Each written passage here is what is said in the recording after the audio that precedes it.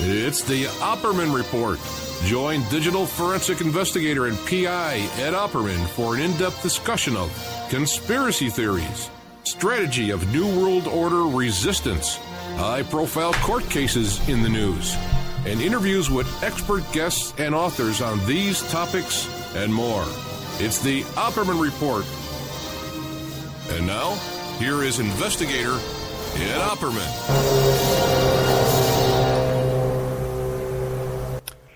Okay, welcome to the Opperman Report. I am your host, private investigator Ed Opperman, and this show is brought to you by Audible.com. You go to audibletrial.com/Opperman Report. You sign up for free, get yourself a free audiobook, and help support the show. Okay, tonight we are live on TalkStreamLive.com, PSN Radio, Wolf Spirit Radio, TalkSuperstation.com, Awake Radio US, Awake Radio UK, 1800 online, ShizazRadio.com, Just Us Radio Network, and Scottish Sovereigns on the Land. And then the show will be replayed Saturday morning, Talk Superstation. Para X Radio, CBS Radio, Saturday nights, 7 p.m. Penny Entertainment, Sunday mornings, 10 a.m. Eastern Time. Firehorse Radio, Wednesday nights. Late Night in the Midlands on Tuesday afternoons at 4 p.m. Good old Mike Vara. High Point Radio, both AM and FM, covering New Jersey, New York, and Pennsylvania. FPRN Radio, 5 days a week, Monday to Friday, 10 a.m. every day. And Cave Radio broadcasting twice a week. Tonight, a show I've been really looking forward to. And it's about the murder of Marilyn Monroe. And we have had a huge response to the promos to this show. It's about a book called The Murder of Marilyn Monroe, Case Closed. The authors are J. Margolis and Richard Buskin. I'm going to have them introduce themselves and tell us about themselves. Jay and Richard, can you hear me? Yeah, sure, I can hear you. This is Jay Margolis, and I'm a Jesse Unruh Research Scholar, and I graduated from the University of Southern California with a 3.91 grade point average.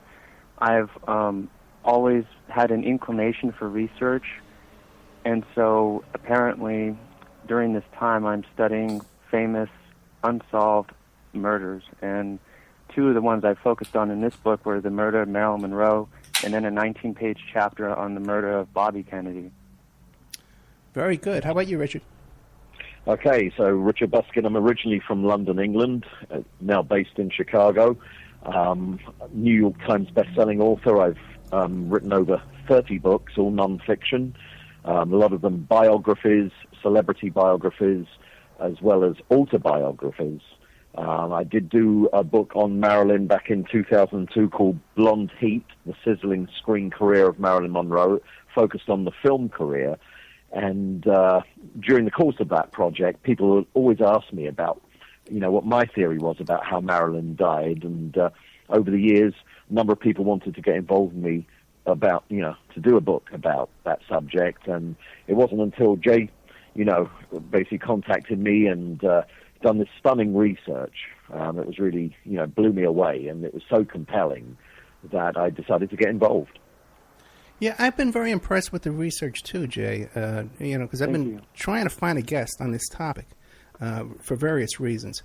But before we get into the whole murder versus suicide, and then who do you think did it, and how do you think it happened? Why don't we have a big audience all over Scotland and Ireland. I get emails from everywhere. You won't believe it. And a lot of these people, they're young. And I'm sure they don't know who Marilyn Monroe was. Some of them don't even know who JFK was or RFK. Believe it or not. My own daughter's 14 years old. She hardly knows. So why don't you tell us about, guys, the career of Marilyn Monroe and why is she such an icon? What's the big deal about Marilyn Monroe? Okay, if I can take that first. Sure. In terms, as an actress, not only did she work with many of the top people of her era, top actors, directors, producers and writers, there was a reason for that. It wasn't just because she was beautiful and, created this sort of dumb blonde persona. She actually, I think, was a very talented comedian. She had natural comic timing on screen. And the thing that was really fascinating about Marilyn when I interviewed her fellow actors, They said that when they were working with her on the set of the film, she would appear as if she had no technique. She would go up on her lines, she'd, miss her cues, she'd miss the key light, and seemed as if she didn't know what she was doing. And yet, when they saw the results on screen, they were just remarkable. And I had one person after another tell me the same thing. They didn't know that other people had been telling me this. They would all say the same. And I asked Jack Lemmon, who co-starred with her in Some Like It Hard, I said, what was it? I mean, I don't believe this word that it's just magic. What was that magic? And he said that in his experience as an actor, normally on a hot take, like the best take, an actor gets out maybe 80% of his talent on screen. And he said with Marilyn, when it was the hot take, she would get most likely 100% on celluloid. And he said that's the only actor he'd ever known who was capable of doing that. And you add to that the fact that she was a natural model. She just made love to the camera. And, there you have the Monroe magic. Adding to that is, when she died, I think, a lot of men would fantasize about, maybe they could have saved her. Maybe, if I was with Marilyn, I could have somehow kept her in this world. With women, I think they also not only saw how beautiful Marilyn was, but they admired her as an independent woman. This was a woman ahead of her time. It was a time when men still ran Hollywood. And Marilyn went against the studio system and ended up basically forming her own production company and making her own demands in terms of the scripts that she was given. And, there's a lot to admire in her, and she was only 36 years old when she died, so the potential still wasn't fulfilled. And you talk about her acting. She had a real acting. Lee Strasberg was a big deal back in those days. Absolutely. It was not just Lee Strasberg. I mean, she actually worked with a number of top drama coaches right through her career. And that's another thing. You see, the screen persona, people might think she was this dumb blonde. She was far from that. If you see her in interviews, she was much more quietly spoken, and she studied her craft right from the get-go. And she could sing, she could dance, she could do it all, really. And that was the thing. She created the Marilyn Monroe persona. It made her a superstar. But once she became that superstar, she felt trapped by that image. And, of course, the studio, 20th Century Fox, they didn't want to mess with that formula. And that was the struggle. She wanted to break free from that and show that she could be a serious actress. And she did indeed do that in the second half of her career. Now, in the early life of Marilyn Monroe, she was like in an orphanage, right? Like a foster child. Her mother was in a mental institution, stuff like that.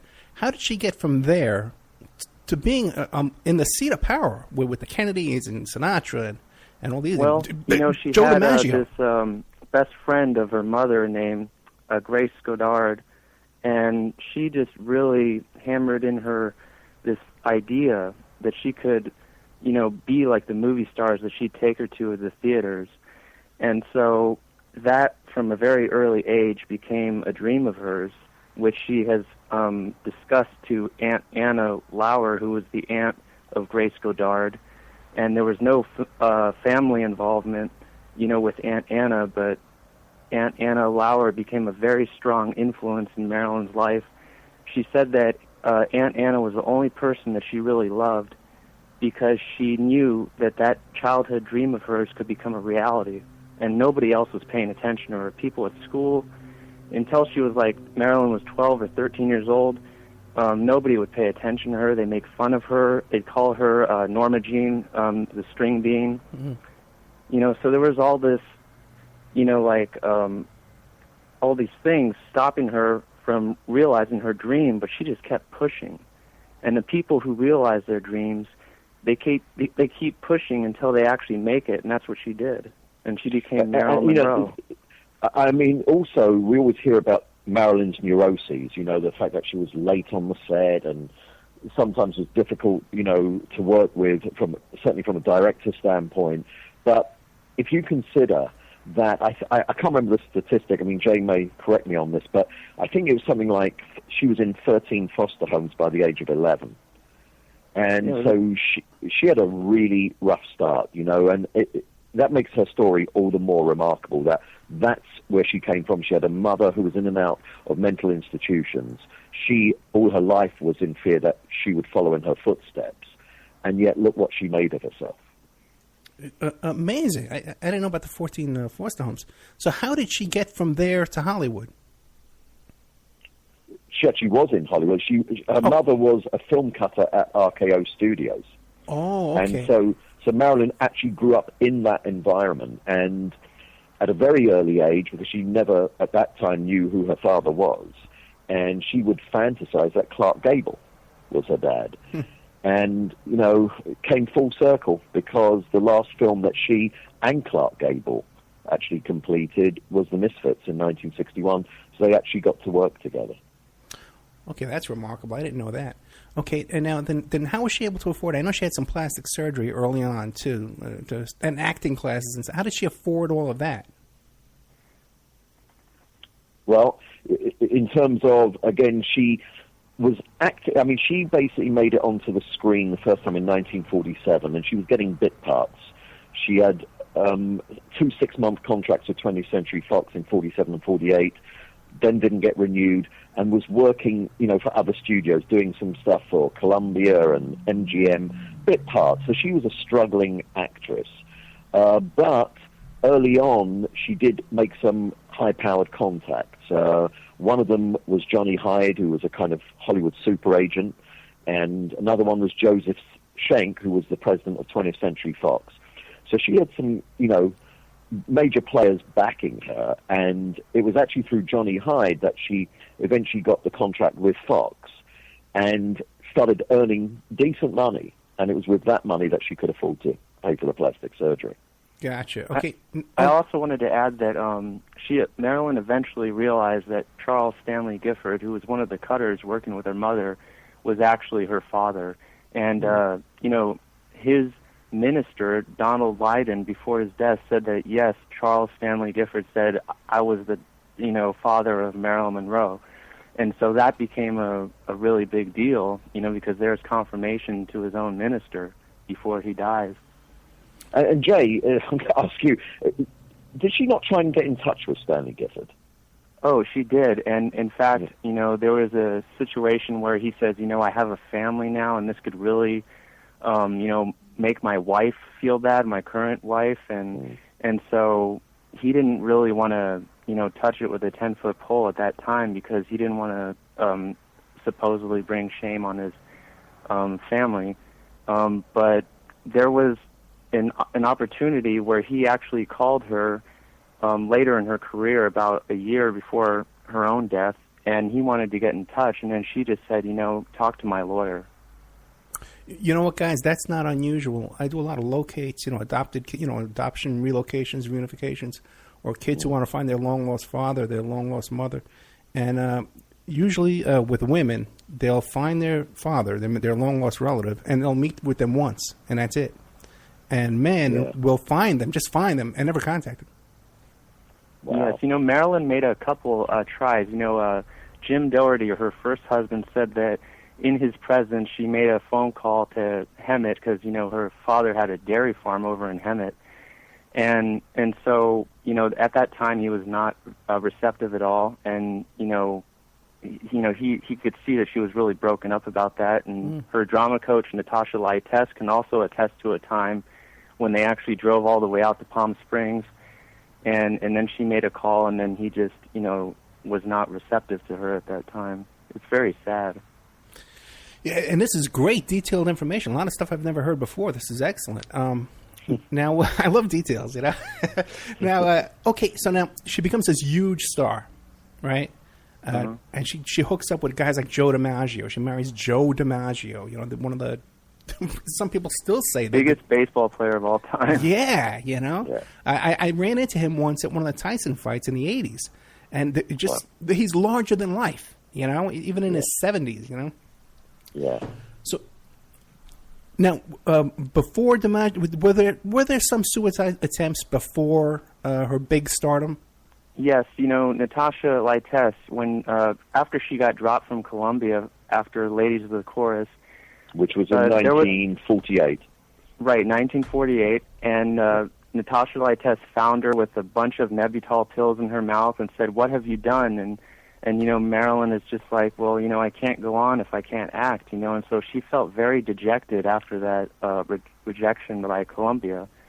But Natasha convinced her, look, you just got to continue and keep going, and you'll make it if you try really hard, and so Natasha can attest that Marilyn had nothing but records and books, and so she didn't even have money to buy like a full wardrobe. She would just spend it on books and things to better her mind as opposed to just her appearance. It's interesting you say that as well, because when she was a bit part actress, often those people would have to supply their own wardrobe. And so I know there's one particular sweater that Marilyn wore, is like grey and black, and there are photos of her in 4 different films where she's wearing exactly the same sweater. I mean, she really struggled to make ends meet at the beginning. Oh, exactly. She would borrow it from the actual studio wardrobe. Yeah. Yeah, that's what happened there. Did she also do some nude modeling? Well, it was always very, it wasn't tasteless, okay? She did the calendar, which became famous, but she asked Tom Kelly, the photographer who was present with, his wife, she said, "Your wife must be present during these shots." Natalie Kelly, and she just basically told Tom Kelly, "Look, this isn't going to go anywhere, is it? I don't want to be recognized." This was before stardom, and so he paid her $50 so that she could, just make ends meet. I mean, she's at the studio club. They give her some meals there, but it's just some boarding while she can make her way. And in fact, that was 1949, so $50 then was actually a fair amount of money for her. That calendar shoot kind of came and went. It was when she became a star that it suddenly got revived, and suddenly it was like, well, there are these nude shots of Marilyn. So that's when it really became kind of national news. It definitely propelled her as a movie actress. It helped tremendously. It was like publicity that nobody could buy. I mean, for $50, come on, that was worth it. Yeah. And that photo ended up being she ended up being the first centerfold in Playboy magazine, the first issue of Playboy in 1953, and the magazine sold out. That's why Hugh Hefner, bought a crypt that's going to ensure that he's next to Marilyn, because he wants to thank her for, all the sales that she made for him. Yes. So very interesting. So she was there involved in that whole Playboy Hugh Hefner crowd as well, huh? Yeah. If you you can look online, you'll see the very first issue of Playboy in 1953. Marilyn's on the cover, and then the nude calendar shot from 4 years earlier was the centerfold. Okay, so here we have this woman, immensely talented, charismatic, has a way about her that so many beautiful women today look up to and admire and identify with in such a way that, like, no other woman in history, really, that sticks out.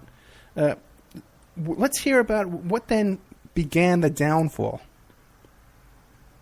Well, the studios, what they would do is they would supply, prescription pills right at the front counter, to keep you going, keep you up during the day, and then to put you to sleep during the night. And she just apparently got addicted, which was not unusual.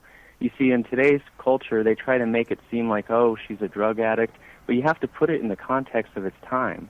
If it was today, that would be a different situation. Studios don't provide that type of stuff like they used to.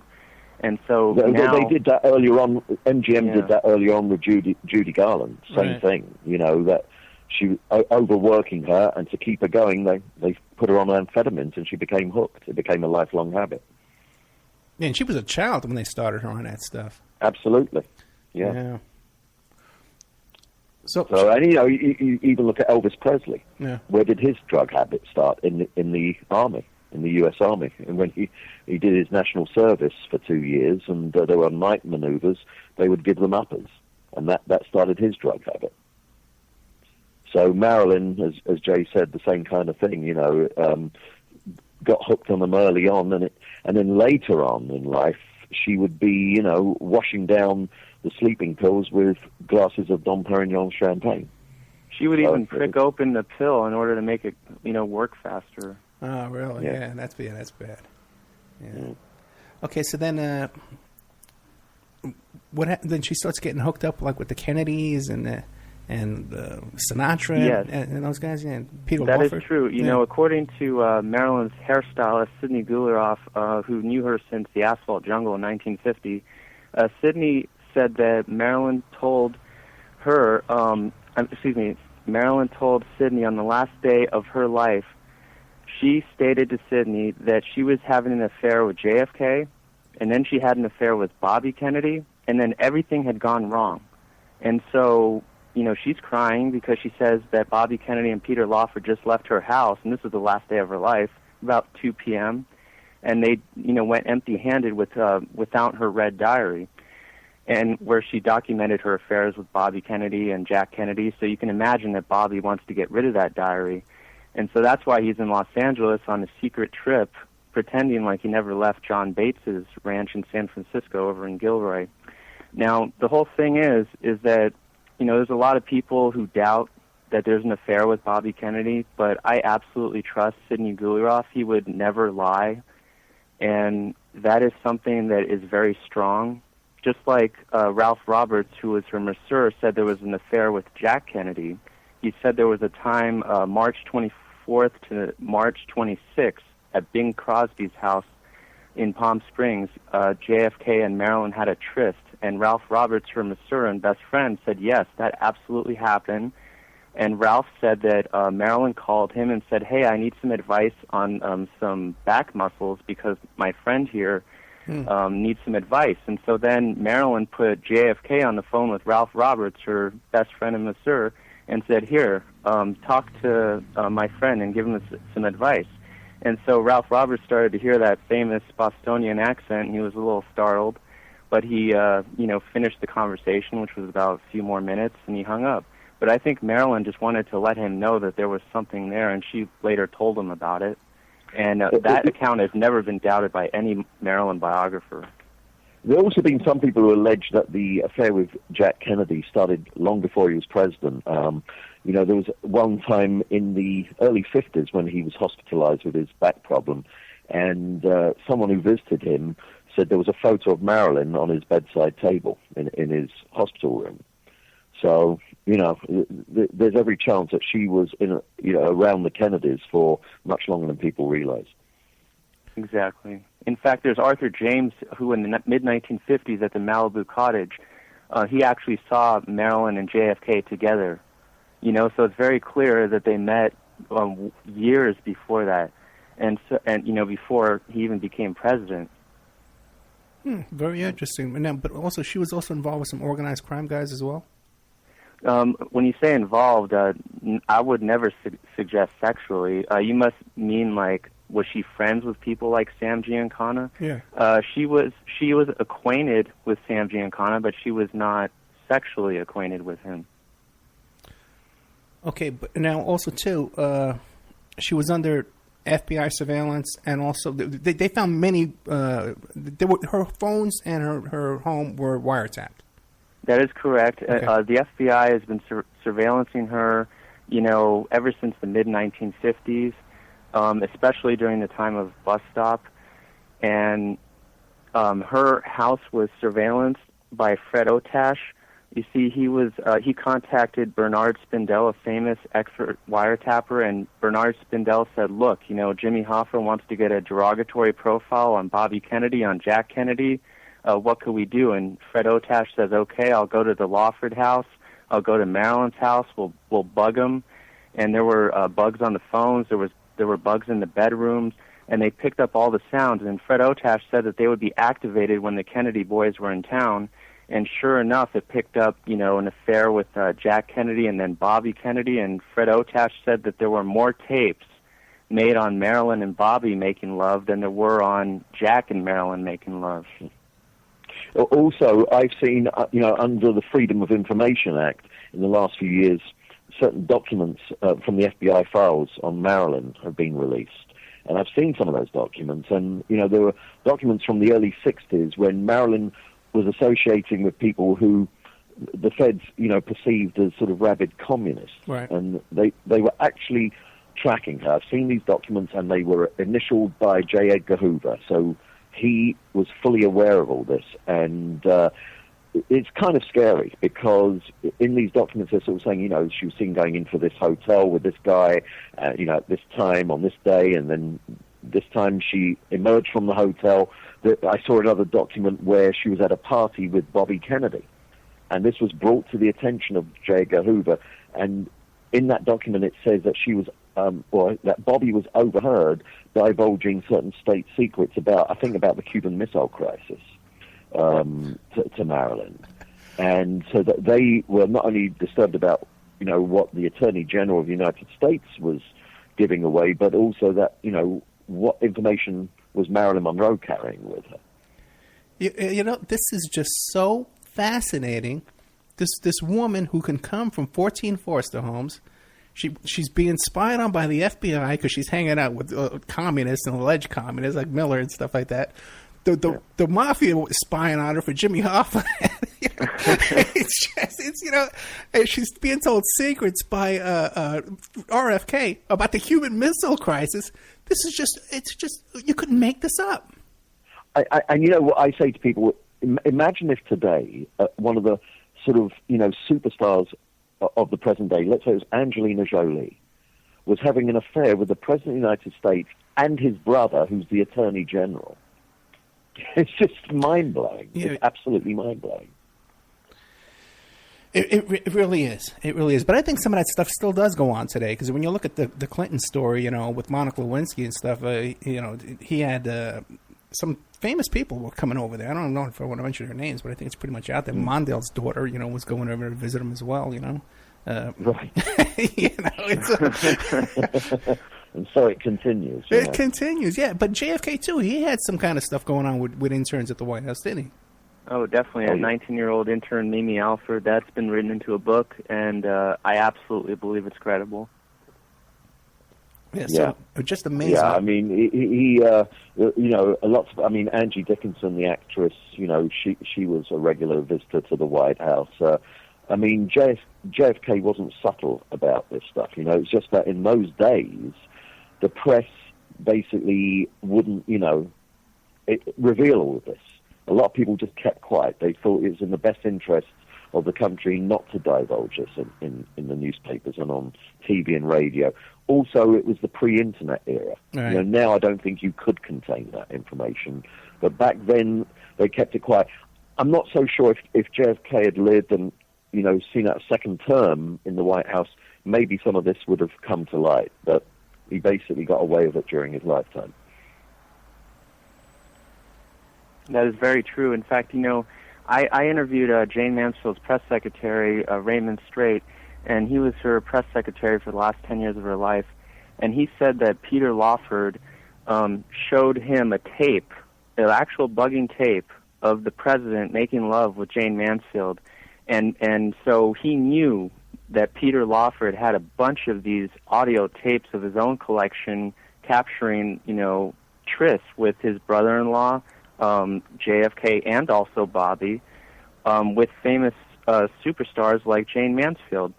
And then Jane, actually was shown this tape of her making love with the president. She thought it was hysterical. And so, Raymond Straight told me the next time Jane wanted Peter to show the tape again to somebody else, and he declined. But, what Rusty got out of it was that he said that apparently Lawford had quite a library of these trysts on record. Okay, we're going to have to take a break, but when we get back, sure. I want to ask you, do you think he had this for his own personal enjoyment, or was he into blackmail or something as well? Well, I guess that's all speculation, but it's interesting that he had it in his possession, that's for sure. It sure is.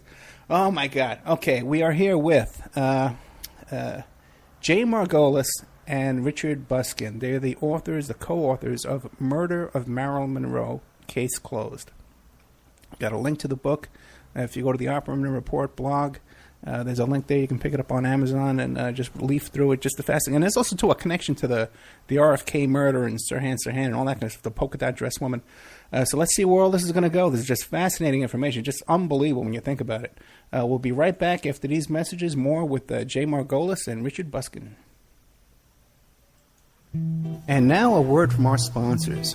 We are listener-sponsored, and we appreciate your donations. If you like the show, please visit OppermanReport.com and click on the donate button, or you can donate directly through PayPal at OppermanReport@gmail.com. We have Mike Ray of InfinityHomePlans.com. He's the host of Parlay over at CJ Mars Radio, Thursday evenings, 8 p.m. Eastern Standard Time. If you need custom home designs, stock plans, or 3D work, he's your one-stop shop for home design and drafting needs. Mike Ray at InfinityHomePlans.com. At InfinityHomePlans.com. If you're looking for essential oils, stop by and check out Essentially Tammy on Facebook. She is Young Living Essential Oils Independent Distributor. Now, these are 100% therapeutic grade oils. They help support the body's natural functions. You can visit her website posted on Essentially Tammy to see the current deals, or email at JocoTammy, JoCaTami @yahoo.com, or call 352-239-8546. 352-239-8546.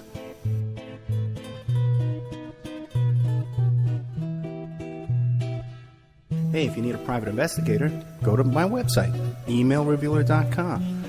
We offer asset searches, locates, skip tracing, adoption investigations, online infidelity investigations. We can recover deleted text messages from a cell phone or trace an email to online dating websites to catch people cheating. That's emailrevealer.com, or you can call 800-572-9762. 800-572-9762 for emailrevealer.com, my PI website. Pacific West Bamboo. It's your premier source for construction and craft-grade bamboo poles. They're announcing their latest project with EcoHead Event Sanitation, making bamboo composting bathrooms and porta-potties. Their first display will be at the Lucidity Festival in Santa Ynez, California, April 11th to the 13th. Come by and say hi and see what you can build with bamboo. Contact them for any kind of event planning, display building.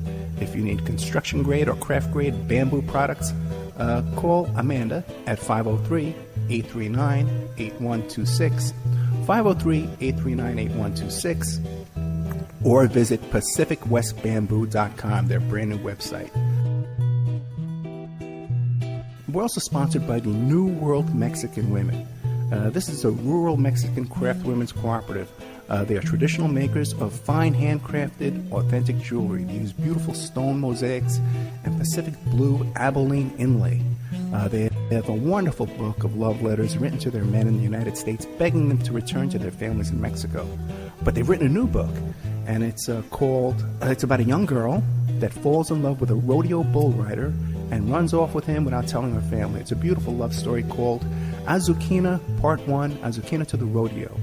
You can find their books and jewelry by clicking on their banner ad at OppermanReport.com or by Googling New World Mexican Women.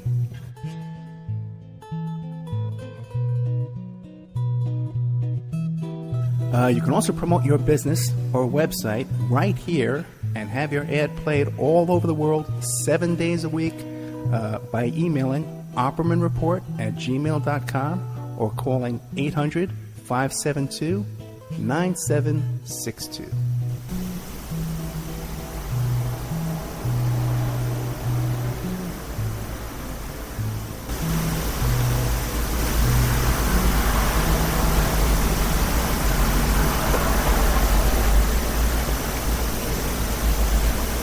Okay, welcome back to the Opperman Report. I'm your host, Private Investigator Ed Opperman. Show is brought to you by Audible.com. Go to audibletrial.com/Opperman Report. Get yourself a free audiobook and help support the show. We need that, you know it. We're here tonight with Jay Margolis and Richard Buskin. They're the authors of Murder of Marilyn Monroe, Case Closed. And then there's a link available to that book on the Opera Room Report blog. You can go there and pick it up tonight. We were just talking about she was also, by the way, under surveillance by the CIA as well? That is correct. There's even a CIA document dated August 3rd, 1962, which is one day before she's murdered by Ralph Greenson, and in which the document, it says that they're very aware that she is going to hold a quote-unquote tell-all press conference, and they're also aware of what they call her quote-unquote diary of secrets, in which she documented the plot to kill Castro, which is something that's a national security threat. Nobody's supposed to know what the government is doing, when the public's not supposed to know about that. Now, I would assume that they heard about her announcement that she was going to hold this press conference because Sam Giancana was at the Cal... Not about Sam Giancana. It's about exposing the Kennedy brothers and her affairs with them. It had nothing to do with the mafia. Oh, no, but I'm saying because she had that breakdown at Cal Neva, right? Cal Neva Lodge, right. July 27th to July 29th. Yes, there was a problem there. She was molested by gangsters Johnny Roselli and really? Skinny D'Amato, in which Joe DiMaggio did not forgive Skinny for about 20 years after that, and I'm surprised that he forgave him then. But he knew that he was responsible for that. But Sam Giancana had nothing to do with that. Oh, no, but he was present there, though, right? He was present, yes, that weekend he was. Okay. So was Frank Sinatra. Buddy Greco. Right. Yeah. Who took those last pictures? They're not the last. They're not the last professional picture. That goes to George Barris on July 13th, 1962. But they're the last candid, personal pictures, if you will, of Marilyn Monroe at the Cal Neva. Okay, I've never heard that story. Tell us what happened at Cal Neva. Tell us what happened that weekend. Well, she was invited by Frank Sinatra. He thought that maybe this would, be something good for her just to come over to his resort for the weekend. And, of course, Joe DiMaggio was, he found out that she was going there, so he showed up. And there was some friction between Frank and Joe. And during the time, Marilyn was fed these pills by D'Amato and Roselli, and they took advantage of her. And, Frank... all he saw was the fact that she was drugged up. He didn't know how. And so he just basically said, get her out of here. And there were people taking her under each arm out of the Cal Neva. There were witnesses that saw that. Yeah. And isn't that when she was yelling, hey, I'm going to, blow the lid off everything? She was going to say that, yes, I'm going to expose the Kennedy brothers. She did say that when she was in her... in that state, she was not in control of her faculties. Yeah, and Joe DiMaggio never forgave, Sinatra for that and for what went on that weekend, because the word got back to him. And, that's why when Marilyn died, none of them were invited to the funeral. Joe took charge of the funeral, and he made sure none of them went anywhere near it. Yeah, that's interesting. Yeah, I think there was only 25 people who came to the funeral, right? About 30. Oh, about 30 people. Okay, and none of those Rat Pack, Camelot people, none of those people came? None of them were allowed. In fact, it's very sad because even Ella Fitzgerald was turned down. That's really sad. She was a very close friend of Marilyn's. Okay, that's interesting. I had never heard any of that before. I never knew she was raped over there at the Cal Neva. Yeah. It's a very sad event. I'm sure that... I'm very surprised that Joe DiMaggio forgave Skinny D'Amato for that. That, to me, is surprising. Let me ask you guys a question, because now Geraldo Rivera was supposed to do a story about Marilyn Monroe and his connection to the Kennedys, right? Are you guys familiar with that? I've heard about it. Yeah. Do you know what was in that report? No, I don't. No, I don't. If it has anything to do with the mafia murdering Marilyn, that's absolutely false. No, that's a very popular alternate argument to the Kennedy involvement. Yeah, I don't think it is. I know that he had this report that he was going to do about Marilyn Monroe and her connections to the Kennedys, and I think even about her death as well. And the story was silenced by ABC 2020. They wouldn't put it on. And 2020, maybe it's with Sylvia Chase, where Fred Otash was being interviewed, and in that interview, which was suppressed, I believe this is what you're talking about. Okay, go ahead. And in the interview, Sylvia Chase is asking Fred Otash, he said, "You heard these bugging tapes?" And Fred says, "Yeah, they were running the day of her death."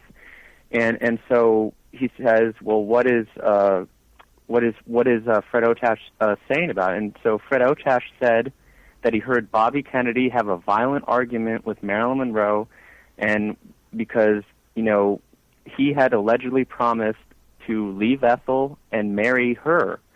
And so even though Marilyn, didn't actually think that was going to happen, she's just mad that he didn't keep his promise, so she's sticking it to him.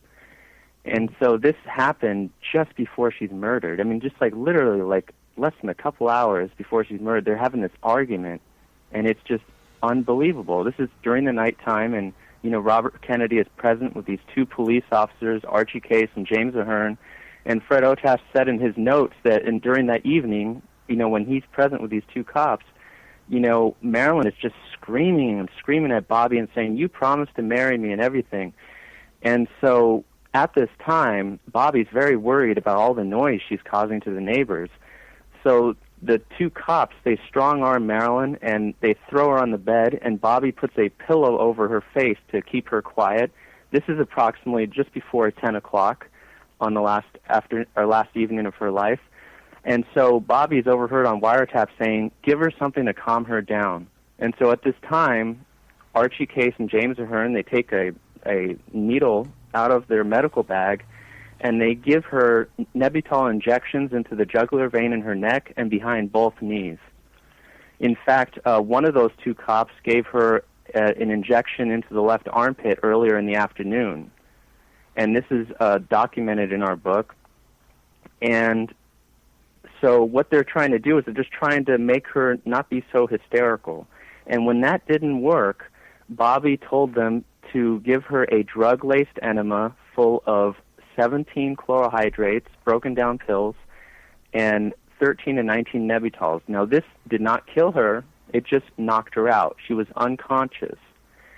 And at that time, Marilyn's handyman, Norman Jeffries, who was also Mrs. Murray, the housekeeper's son-in-law, said that they were kicked out, So at this time, when all this is happening, they were kicked out by Bobby Kennedy and the two cops. They waited at a neighbor's house at 12304 Fifth Helena Drive, the home of Mary W. Goody Coons Barnes. Our book is the first book to actually name her because she died in 1964.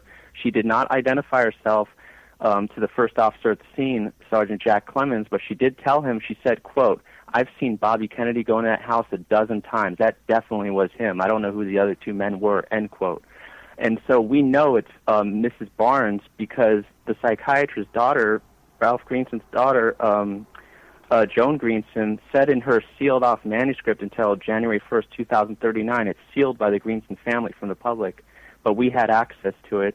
And she states in there, she says, Marilyn found out that the neighbor who you could see from her property was a professor at the university.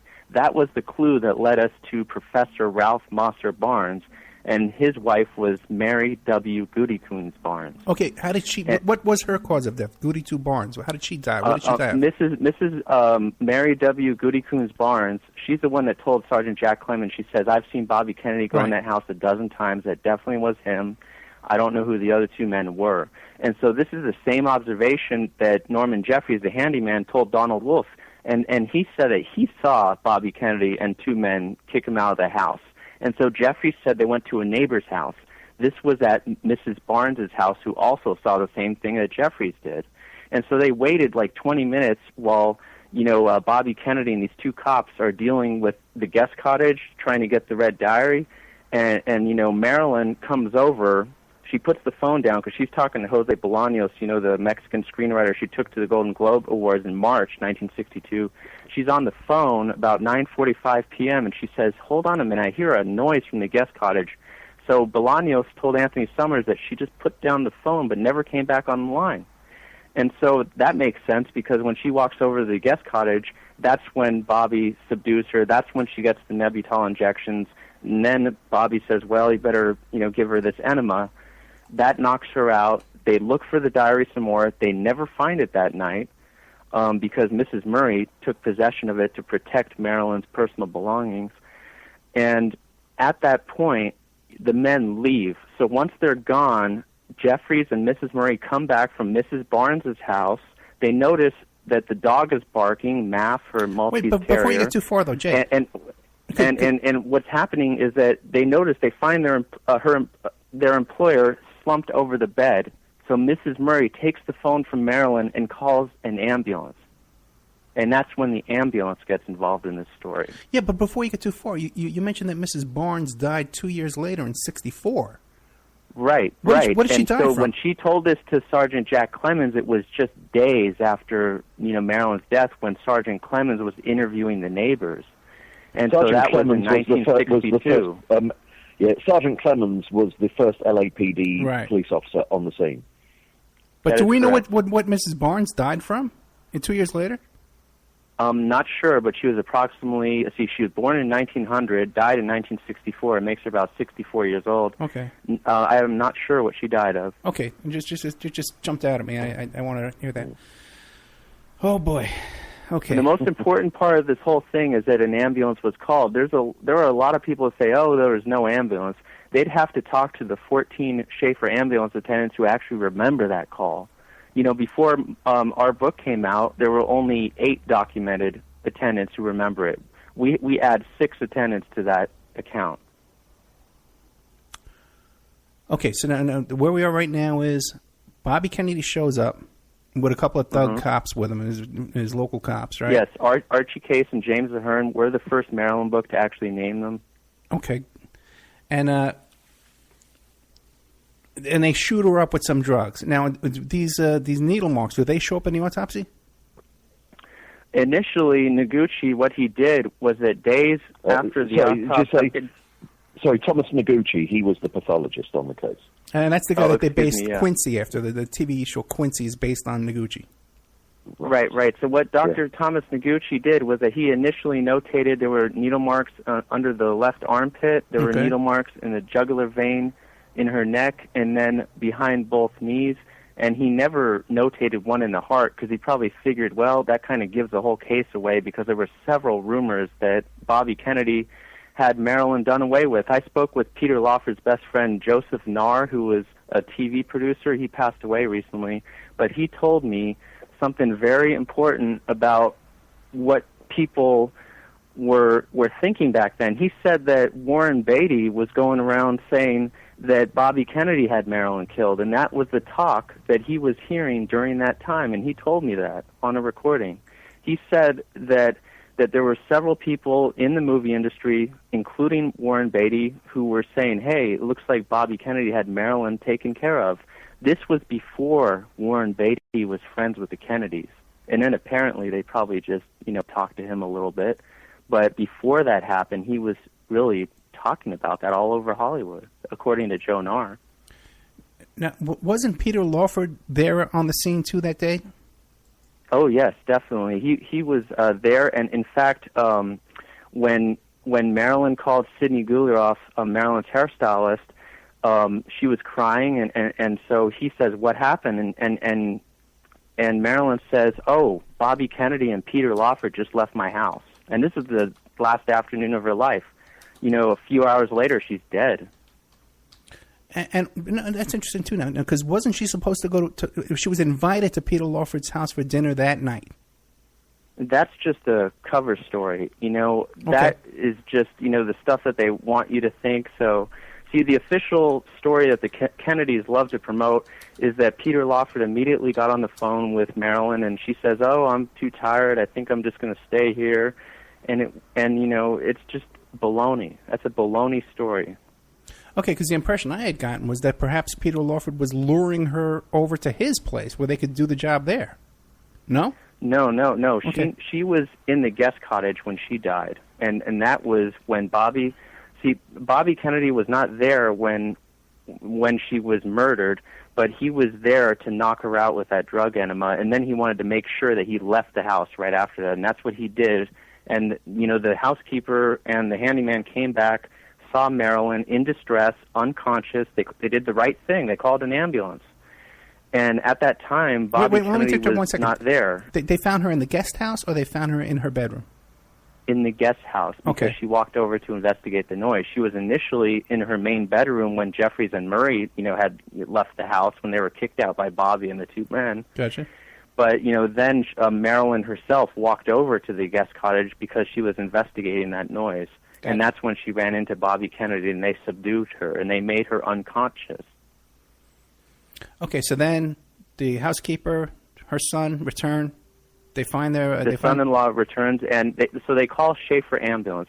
There are 14 attendants who remember this call, and Edgardo Villalobos told me in a first-time interview, he said that he remembers the call, and he said that the people who got the call were James Hall and Murray Leibowitz.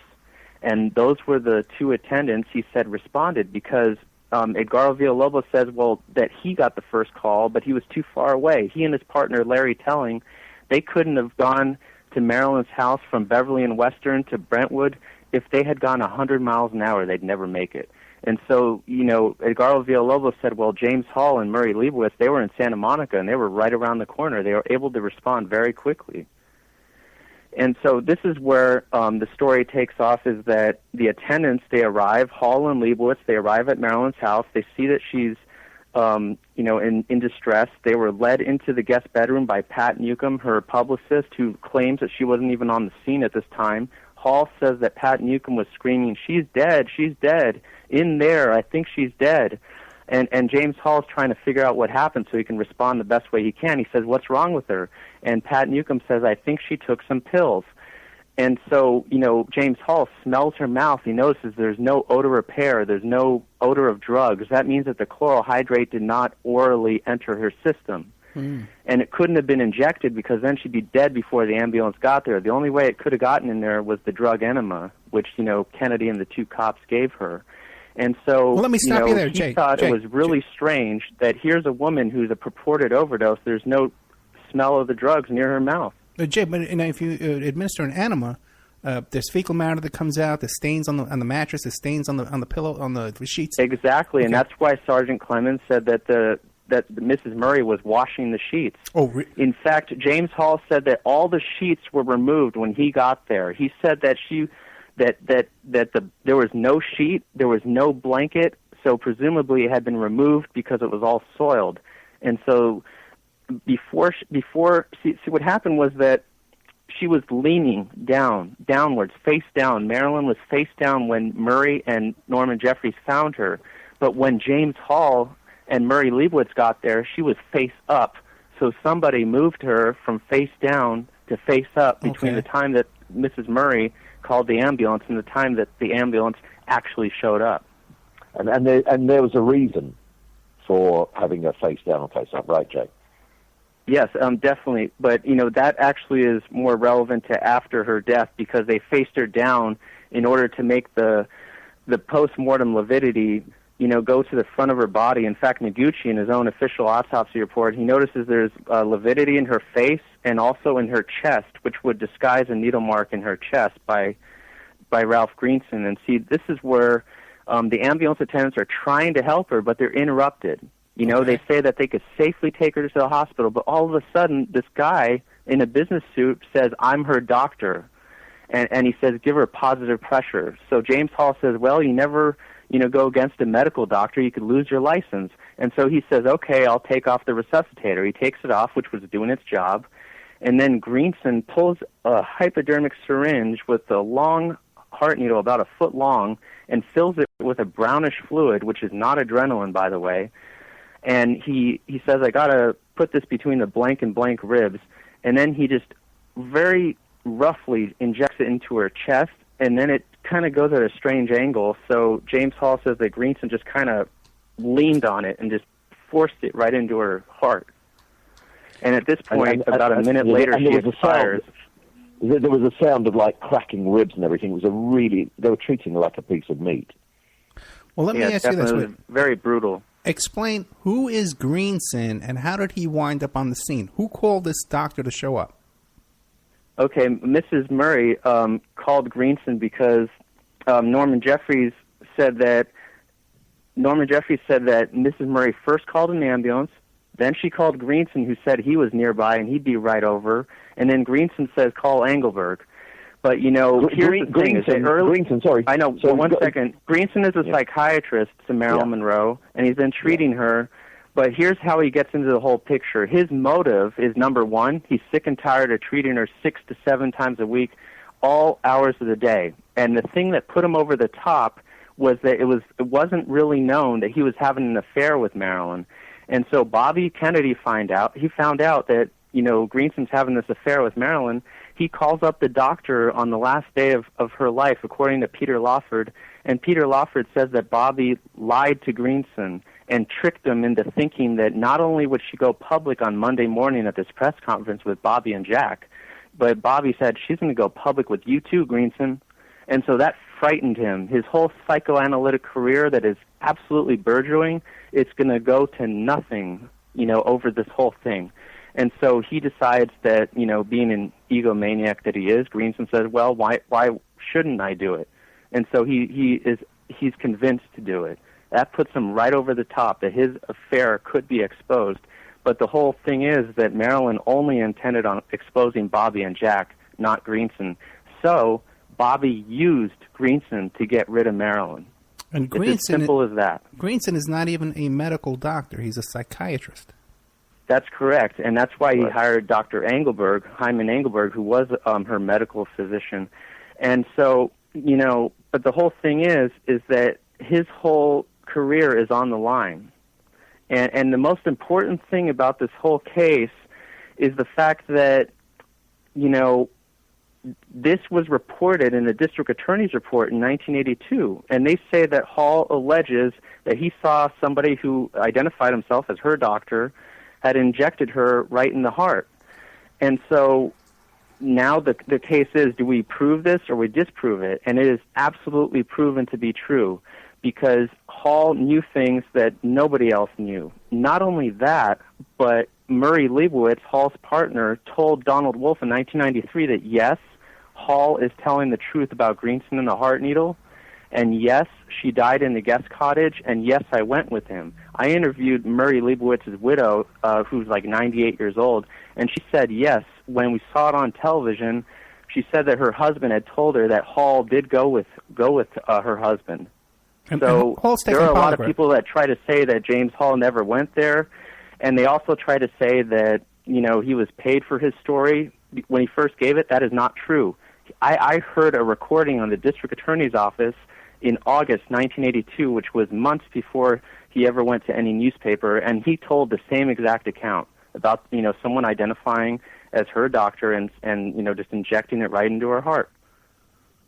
Hall took a polygraph, right? That he took 14 polygraph tests. He passed every single one. We put one of those 14 polygraphs in my book. Okay, we put it right there in our book. What was the first publication he went to? He went to the Globe, but this was November 23rd, 1982, and but you have to keep in mind that a lot of people are trying to allege that he made up his story when he went to the newspapers. That's impossible, because there's a recording of the district attorney's office, of him telling his account, the same exact account, in August of 1982. So that's, before November 1982. There's a lot of confusion about that in several publications. What other publication did he go to? He also went to Hustler, Larry Flint. This was in 1986. And his account has remained the same all this time. Okay. In fact, I interviewed Mike Carlson, who was Hall's best friend. I did a first-time interview with him. And he said that Hall told him about Greenson and the heart needle, quote-unquote, days or weeks right after it happened. Okay, end quote. We're coming up to a break. And he also said that James Hall always talked about the injustice of it all. The fact that, this was just a messed up situation, that her death could not be properly reported in the news. He assumed that people didn't want to report that because at the time, he always reported it as a brownish fluid, which is not adrenaline. But at the time, James Hall said that he was confused because Pat Newcomb is saying, I think she took some pills.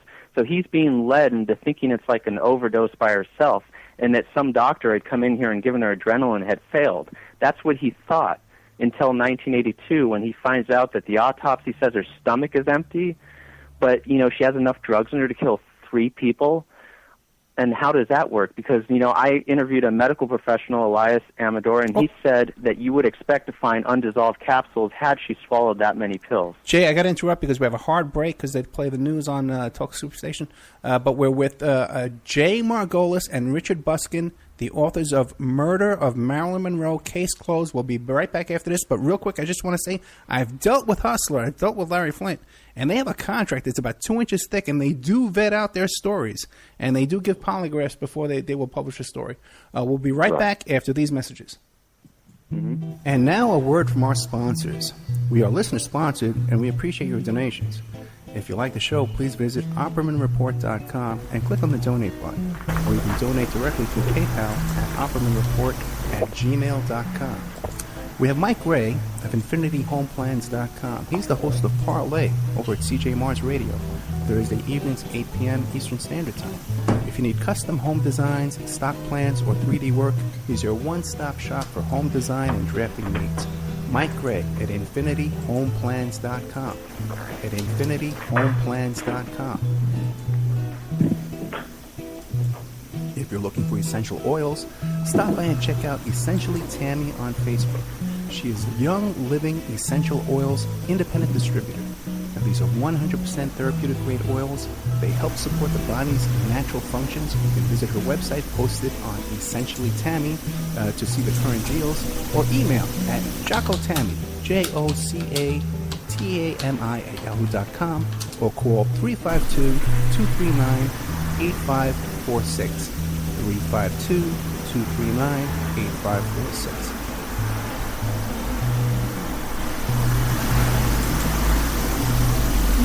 Hey, if you need a private investigator, go to my website, emailrevealer.com.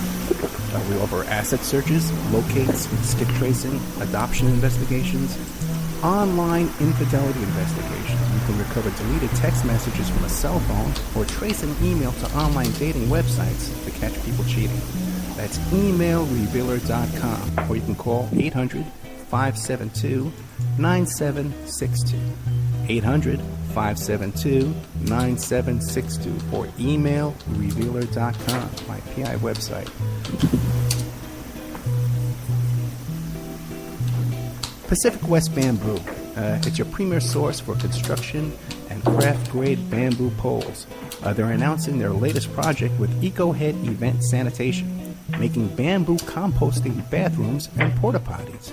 Their first display will be at the Lucidity Festival in Santa Ynez, California, April 11th to the 13th. Come by and say hi and see what you can build with bamboo. Contact them for any kind of event planning, display building.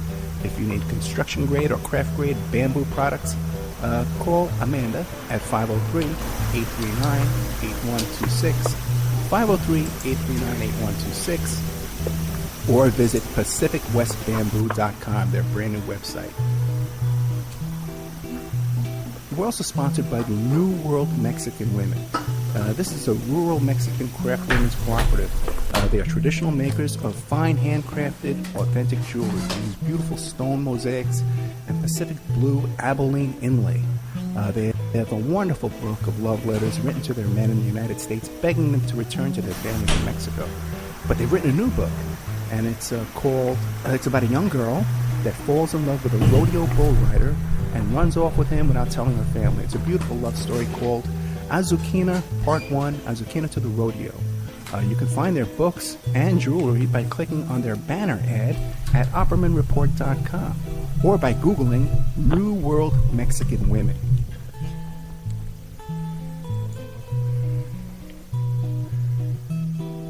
You can also promote your business or website right here and have your ad played all over the world 7 days a week by emailing OppermanReport@gmail.com or calling 800-572-9762.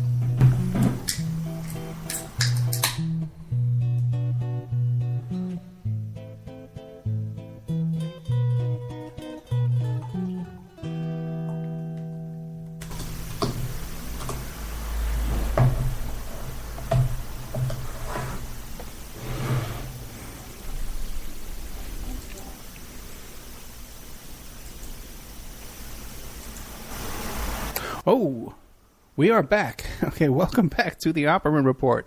I am your host, Private Investigator Ed Opperman. This show is brought to you by Audible.com. You go to audibletrial.com/Opperman Report. Get yourself a free audiobook. Sign up for free. Get a free book tonight. We're here with our guest tonight. By the way, I just got to say that we're getting more reaction to this show tonight, more response to this than we have in a long, long time. We got a lot of people listening out there right now. And good old Jay Margolis has had his coffee tonight, man. He shot out of a cannon with this info you shoot at us, brother. I'm loving this, man. Thank you very much. Jay Margolis and Richard Buskin, the authors of Murder of Marilyn Monroe, Case Closed. You can get a link to the book on Opperman Report, blogspot.com. And don't forget, guys, to support the show. If you go to the members section, we got a whole bunch of shows on the members section. A lot of new stuff came up this week. I did an interview with Doug Valentine about the Phoenix Project, and we got into a lot of different topics that he hasn't covered before. But tonight we're talking about Marilyn Monroe, and pretty much a really pretty good case is being laid out here. That RFK was there that night, and RFK was heavily involved in this murder. So something I want to say is that the elephant in the room here, really, that we haven't got to yet, is the power of the Kennedys, right? It's like, why is this, why has it taken this long? Why is it over 50 years? And it's the power of the Kennedys. I mean, there are still people who are afraid to talk, their reach is very far, and especially back then, there was every reason to keep quiet. And speaking of the power of the Kennedys, Thomas Noguchi, this guy came out of nowhere. Yes, exactly. He was just a deputy coroner at the time of Marilyn's death, and he's the head guy 5 years later. He's the coroner of all of Los Angeles County. Alan Abbott, who was the funeral director who arranged for the 6 Pinkerton guards to come to Marilyn's funeral, he was also a pallbearer on Marilyn's casket. And he said that would only make sense if he was promised that position, if Thomas Noguchi was promised that position in exchange for writing the false statement, no needle mark. Yeah, and that they would give him the head position, the coroner of Los Angeles County. And pretty much a TV show, like the guy, the guy went Hollywood after that, definitely. Yeah, so he had. Oh, and Thomas Noguchi loved Bobby Kennedy very much. His allegiance was not with Marilyn; it was with Bobby Kennedy. In fact, in the Robert Kennedy autopsy, which he also did, Noguchi did like a pitch-perfect autopsy. He respected Robert Kennedy so much that he understood full well that his autopsy supported the position that there were other gunmen behind Kennedy that were shooting him, not Sirhan. And so he did an autopsy that showed that Robert Kennedy was shot near his right ear at point-blank range. This is something that none of the witnesses saw Sirhan do, because Sirhan was facing him the entire time. He got nowhere near the back of his head. Well, and also, you have to think, too, that if Noguchi did take the fall, he took a dive that night, and now later on, he has to work on the RFK autopsy. He knows what's the stakes are out there. He knows the guys around RFK. He knows he has to do the right thing now because he's in with them.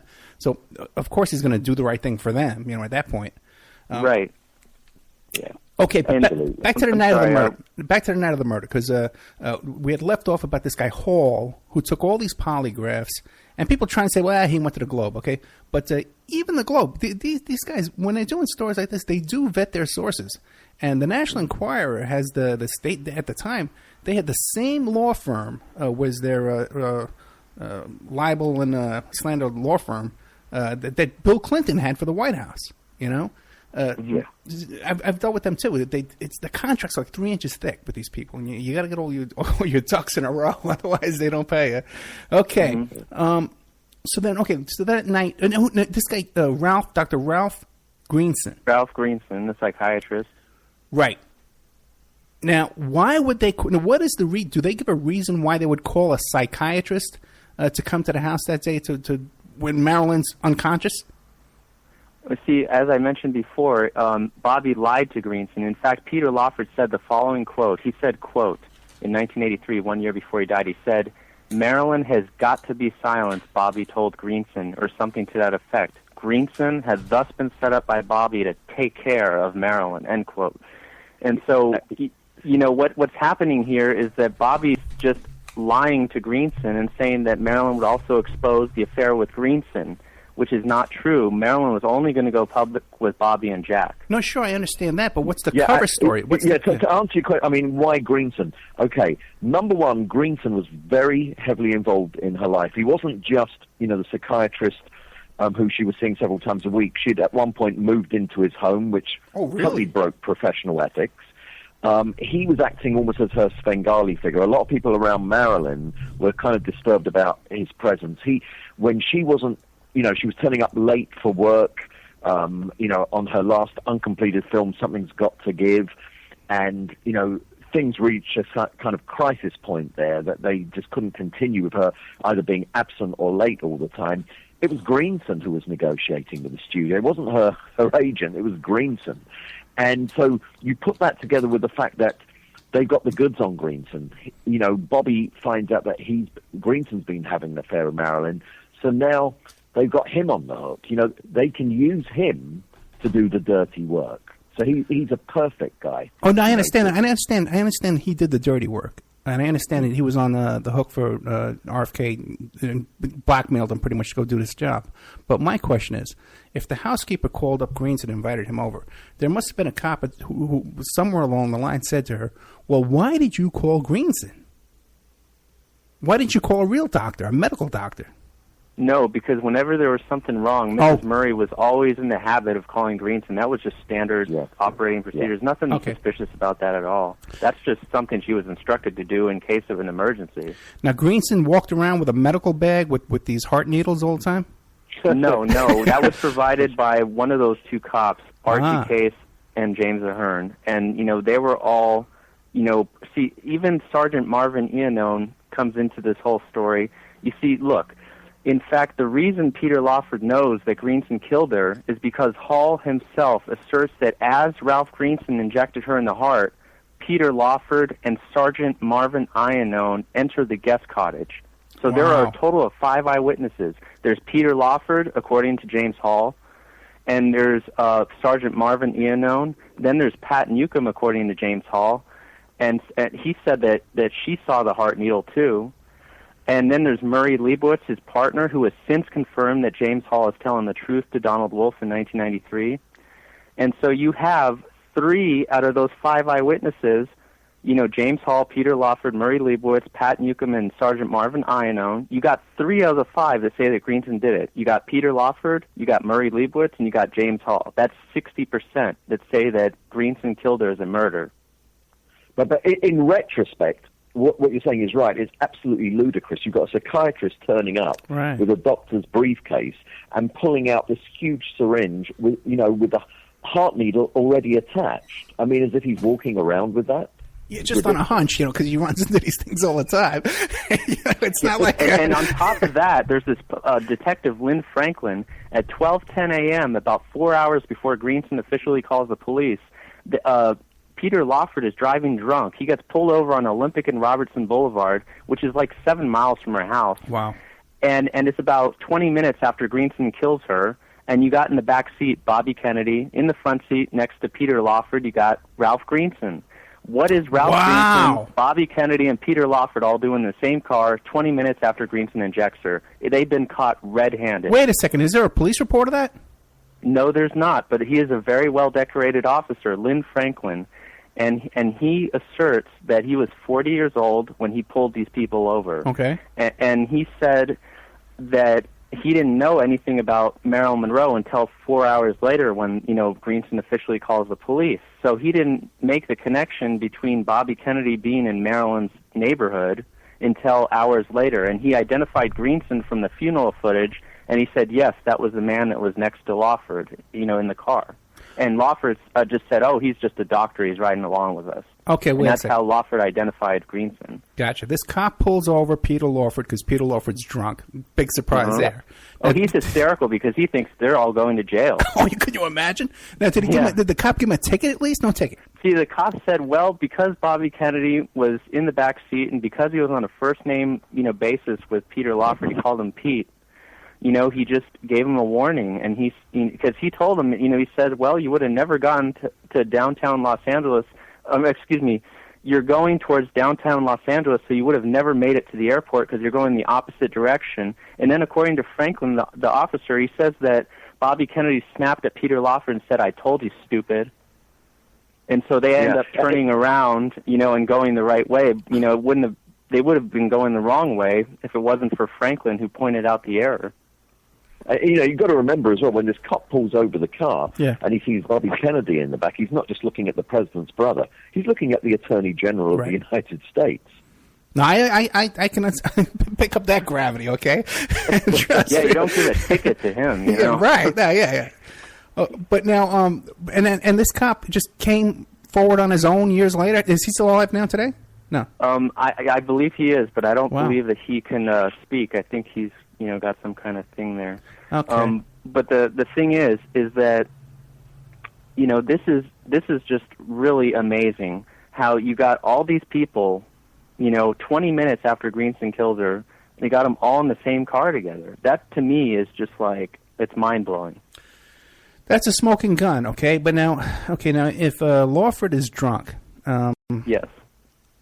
What does this tell us? Was this a spontaneous murder?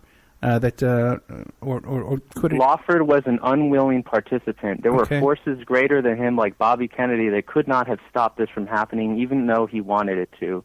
And Peter Lawford, he is quoted as saying, he said, I certainly think Marilyn would have held a press conference. She was determined to gain back her self-esteem. She was unbalanced at the time, and Bobby was determined to shut her up, regardless of the consequences. It was the craziest thing he ever did, and I was crazy enough to let it happen, end quote, from Peter Lawford. Whoa, where is that quote from? Yeah, go ahead. While Peter Lawford, obviously was this Hollywood star, he wasn't really an A-list star, but he'd been around for a couple of decades. But in his own way, he was a stargazer himself. He's the brother-in-law of the president, and he's in awe of him.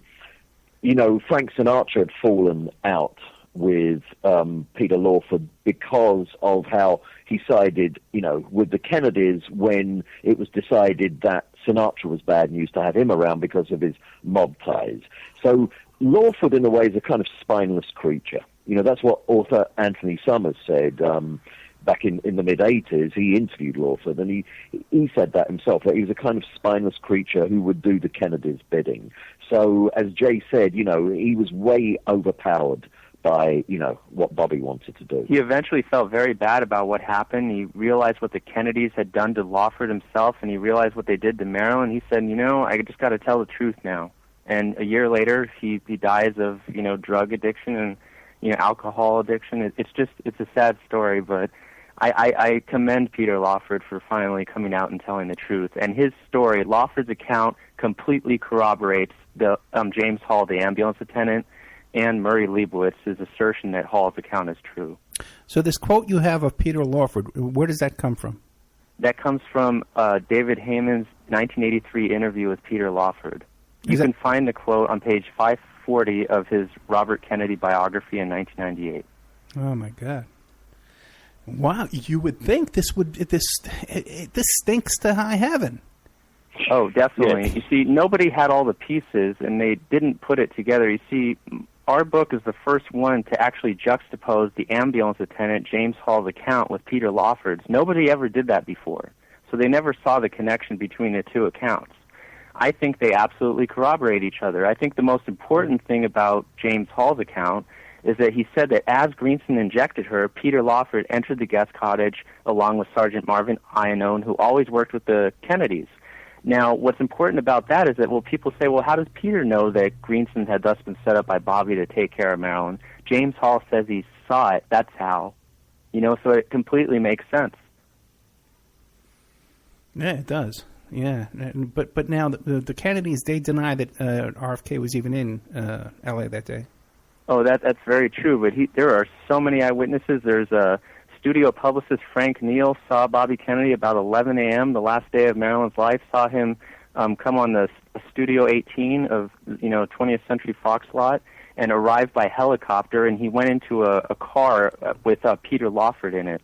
And then he was whisked away, and then Ward Wood, who was one of Lawford's neighbors, saw Bobby Kennedy in the afternoon, and he told Anthony Summers, he said, yep, that was definitely Bobby Kennedy. And, so there were several witnesses. There's like close to 20 witnesses that saw him that day. So the fact that he denies it is absolutely ludicrous. Yeah, the neighbors on either side of Marilyn's house saw him that day. Yeah, Mary W. Goodycoon's barn, she's a witness. She and her lady friends were playing bridge. She was the hostess, Mary W. Goodycoon's Barns, at 12304, which is right next door to Marilyn, who was at 12305. And so Mary Barnes, along with her friend Elizabeth Pollard, who was another neighbor, they played with two other ladies. In fact, there was a third woman who spoke to photographer George Barris, and George Barris exclusively told me that this elderly woman approached him in 1986 and says, Mr. Barris, I was a neighbor to Marilyn Monroe, and I saw someone who I believe was Bobby Kennedy go into that house with another man. And this is the part where, that Case or Ahern, Archie Case or James Ahern, they were the man with Bobby Kennedy who gave her that injection in the left armpit. That was in the afternoon. That was before the evening. And that at that time they gave her that left armpit injection to calm her down so they can look for her red diary. Okay, but as I mentioned before, they went empty-handed and they had to come back in the evening. But Jay, they showed up there at her house with enemas and with these syringes and with these. No, Marilyn had an enema because she always used it. It was something that she used daily. Bobby knew this. He knew enough about Marilyn that she took enemas for dietary purposes. Never would she ever use an enema to medicate herself with pills. In fact, medical professionals will say that does not hold up to scrutiny. In fact, they say that Marilyn could not have given herself the enema because she wouldn't have been able to give herself enough of it before she passes out. Right. You see, what you got to understand is on that day, events escalate rapidly.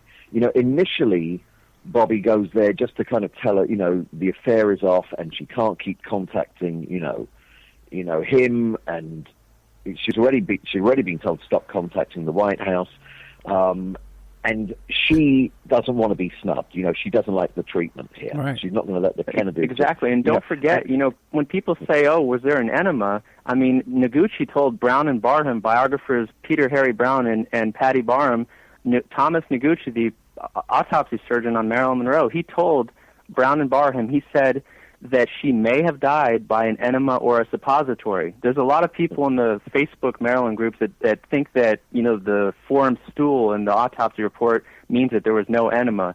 That's nonsense because Noguchi just wrote anything on the autopsy. Right. I don't trust his autopsy to be accurate when it's something like that. There was purplish discoloration of her colon. Medical professionals like Arnold Abrams, who was Donald Spoto's medical professional for his 1993 Marilyn book, Dr. Arnold Abrams said that there was something crazy going on in this woman's colon. Well, and Dr. Cyril Wex is trying to say, oh, that just happens because of, when she's died and she had settled. Yeah, right. That is not going to happen just because, of no reason. There has to be an explanation for it. Our reasoning is that she was given an enema.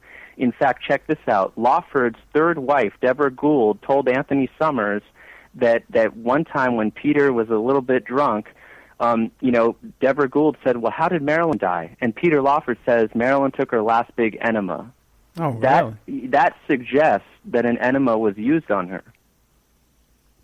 Well, if she was taking phenobarbital and Seconal, abusing it for years, that causes constipation, so you would need enemas in order to function. Absolutely, yeah. But Dr.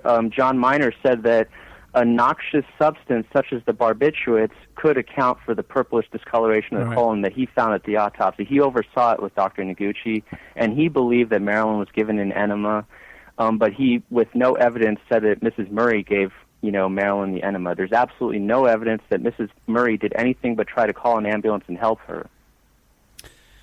And the having to remove the sheets and wash the sheets would be an indication too of an enema. Oh, definitely. I mean, remember, James Hall said there was no sheet, no blanket when he was there, which is very suspicious. It means that everything was taken off there was a linen closet right down on the guest cottage.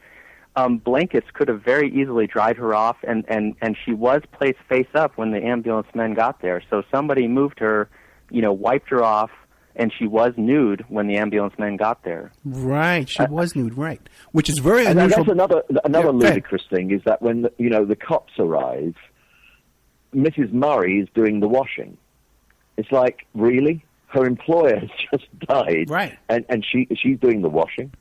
And it's very unusual for a woman to commit suicide nude. They get dressed up for it. They make that occasion. Is very true. Right. Yeah. Okay. You don't see that. In fact, there was a friend of Marilyn's, William Trevia, a costume designer, and he said that if Marilyn had committed suicide, she would have dressed up the prettiest self that she ever did, and then she would have killed herself. She wouldn't be looking how horrible she looks in those autopsy pictures. Yeah, they get their hair done. Women plan this. Now, the other thing, too, is what about a suicide note? There was no suicide note. There was no suicide. No, there was no suicide note. Now, I mean, think about this as well. If you see the police file photos of the scene, there's one where you see a cop's hand pointing to the empty pill bottles on Marilyn's bedside table. Every one of those bottles is sort of with the cap screwed back on, and they're in a neat row. Do you really think if she was swallowing all these pills, going to kill herself, that she would take the time to put the caps back on the bottles? And another good point too is that she didn't even have enough drugs on hand in order to match the levels of drugs that were later found in her blood. Now, she had a Nebutol prescription from Dr. Engelberg July 25th for 25 Nebutols.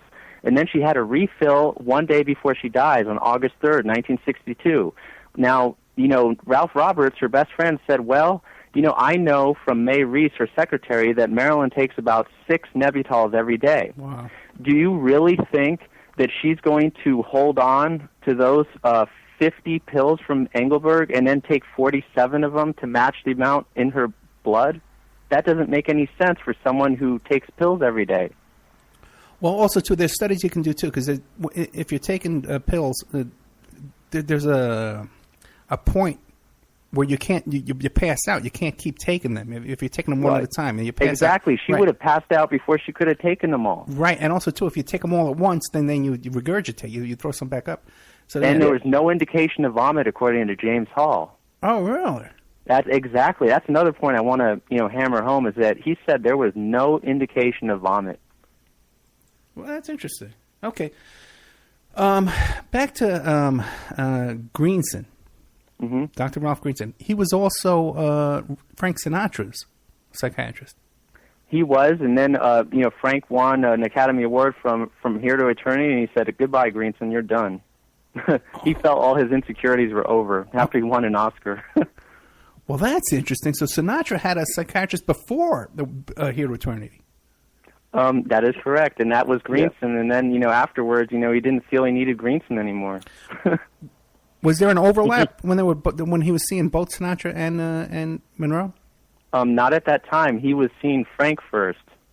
So Frank first. She only saw Ralph Greenson only saw Marilyn during the last couple of years of her life. Wow. Yeah. Well, that's interesting because you can imagine the stories he heard from Sinatra. Oh, sure. In fact, Greenson really, according to colleagues, he kind of felt like he wanted to immerse himself in this whole Hollywood thing. Like, you got a real, jolly off of just knowing these people. It kind of just gave him this ego, Well, that's also a kind of part of the sort of backstory, which is a bit ugly as well, which is Marilyn suffered the fate that a lot of, high-profile celebrities have, which is, a lot of people around them all were trying to get their claws into them. And, so in Marilyn's case, you've got Greenson, but you've also got the Strasbergs. A lot of people really didn't like the way that the Strasbergs really had their claws into Marilyn and were draining her of a lot of money. And, Paula Strasberg, Lee Strasberg's estranged wife, was on the set of all the films, coaching, and much to the annoyance of fellow actors and directors. And then you've got Pat Newcomb, the publicist. Some people thought she was, also trying to, weigh in with her influence over Marilyn. Everyone's trying to own her and get a piece of her. And for the person at the center of all this, the celebrity, Marilyn Monroe in this case, it's got to be really difficult. They don't know who to trust. They don't know, who's their friend. And wasn't Strasberg in her will? That is correct. Yes, absolutely. Where did her estate go to? Most of it. Well, most went to Strasberg out of any one individual. There was part of it went to her half sister Bernice, but she didn't get that money until years later because at the time of her death, Marilyn was trying to pay off all these other people. Like, for example, Norman Jeffries threw in like a bill for like $200 or something, and he had like the. Uh-oh. Did I lose you? Hello, Jay? Yeah, I think we lost Jay. I think we lost him there. I know, Jay's on a roll, man. I was going to say, Lee Strasberg also delivered the eulogy at Marilyn's funeral. Oh, really? Okay. Well, you know what? We've got to take a break anyway, so let's take a commercial break, and we'll try and get Jay back on the line. Fascinating stuff, man. This is great information. We'll be back. We're here with tonight, the murder of Marilyn Monroe, case closed. Jay Margolis and Richard Buskin. They might have gotten Jay, okay? They might have silenced him tonight and took him out, okay, because we know too much. So everybody watch your back tonight. We got a hot show. All right, let's play this ad. We'll pull in Jay in a minute. And now a word from our sponsors. We are listener-sponsored, and we appreciate your donations. If you like the show, please visit OppermanReport.com and click on the donate button. Or you can donate directly through PayPal at OppermanReport@gmail.com. We have Mike Ray of InfinityHomePlans.com. He's the host of Parlay over at CJ Mars Radio, Thursday evenings, 8 p.m. Eastern Standard Time. If you need custom home designs, stock plans, or 3D work, he's your one-stop shop for home design and drafting needs. Mike Ray at InfinityHomePlans.com. At InfinityHomePlans.com. If you're looking for essential oils, stop by and check out Essentially Tammy on Facebook. She is Young Living Essential Oils Independent Distributor. These are 100% therapeutic grade oils. They help support the body's natural functions. Visit her website posted on Essentially Tammy to see the current deals, or email at JockoTammy, JOCATAMI@yahoo.com, or call 352-239-8546. 352-239-8546.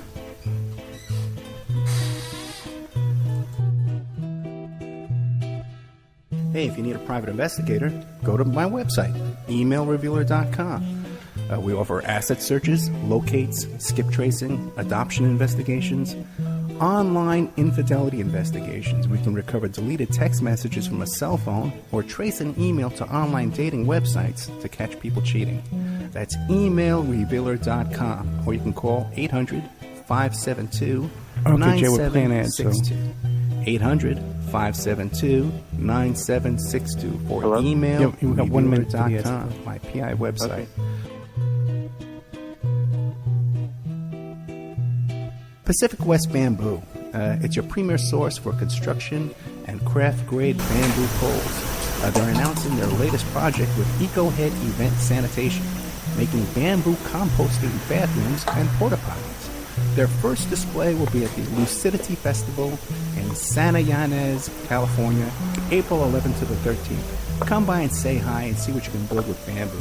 Contact them for any kind of event planning, display building. If you need construction grade or craft grade bamboo products, call Amanda at 503-839-8126, 503-839-8126, or visit PacificWestBamboo.com, their brand new website. We're also sponsored by the New World Mexican Women. This is a rural Mexican craft women's cooperative.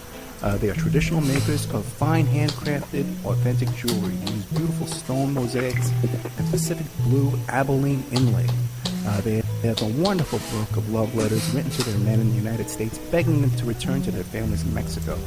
but they've written a new book, and it's it's about a young girl that falls in love with a rodeo bull rider and runs off with him without telling her family. It's a beautiful love story called Azukina Part 1, Azukina to the Rodeo.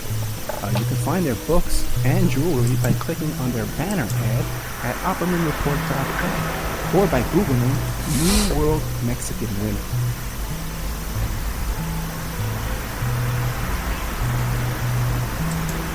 You can also promote your business or website right here and have your ad played all over the world 7 days a week by emailing oppermanreport@gmail.com or calling 800-572-9762.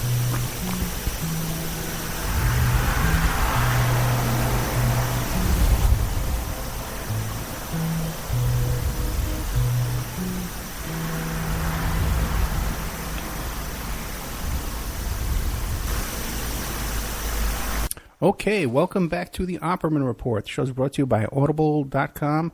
I'm your host, Private Investigator Ed Opperman. We are back. We found Jay. Jay, while you were gone, we got a call that people saw Bobby Kennedy and Peter Lawford entering your home. Are you okay? Oh, yeah, I'm definitely okay. Nobody got to me between the time I was gone. Don't worry about that. Okay, thank God for that. Now, what did you come up with? Okay, because while you were investigating this whole Marilyn Monroe thing, you came up with some information about the RFK assassination as well. That is correct. In fact, that wasn't in the original manuscript. I did subsequent research that, and I was able to come to the conclusion that on June 5th, 1968, Robert Kennedy was shot twice by a second shooter and fatally wounded by a third shooter, all within 5.5 seconds. Now, I interviewed a man named Don Schulman, and he was a KNXET employee, and he said to me, quote, and he hasn't been interviewed since the 1970s, so you can imagine, first-time interview since then, that's pretty incredible. And he said to me, quote, he said, one was Sirhan, and the other one was a security guard.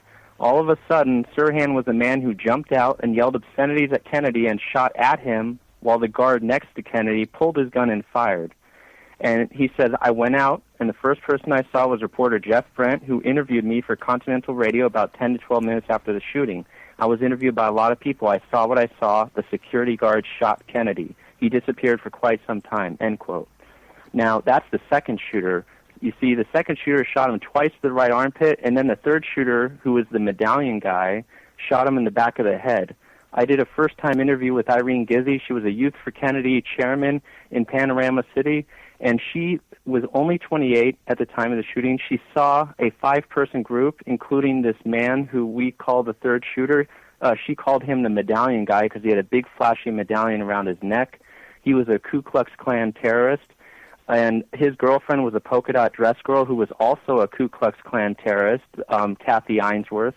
Our book is the first one to actually document that she and her boyfriend were on the scene of any of the Robert Kennedy books ever written.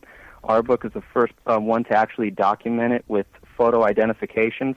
I gave Miss Gizzi a lineup, and she picked the medallion guy and the polka-dot dress girl, and she wrote a medallion above, his picture, and she wrote polka-dot dress above her picture. And she said they were in a 5-person group with 3 other CIA agents. I've been able to determine the 3 men that she saw with these 2 people were CIA agents, George Joannides, David Sanchez Morales, and CIA agent James Hardesty Critchfield, who was the CIA chief in the Middle East at the time that Bobby was shot. Huh. So what is it with these 3 CIA agents with 2 Ku Klux Klan terrorists in a 5-person group? What are they doing shortly before the shooting downstairs in the ambassador room shortly before Kennedy is shot upstairs in the pantry? Very curious thing. And she notated that they were together, and she said that they weren't wearing any Kennedy hats or buttons, and it looked totally suspicious. The 3 men, she said, were wearing suits. She said the medallion guy was wearing like a suit, and the polka-dot dress girl was obviously wearing this dress. And so what's fascinating about that is that my book mentions 2 eyewitnesses that saw the medallion guy firing his gun in the pantry. I have since found a 3rd eyewitness who saw the medallion guy firing his gun, and I have also found a second eyewitness next to Don Schulman who saw a second shooter firing his gun.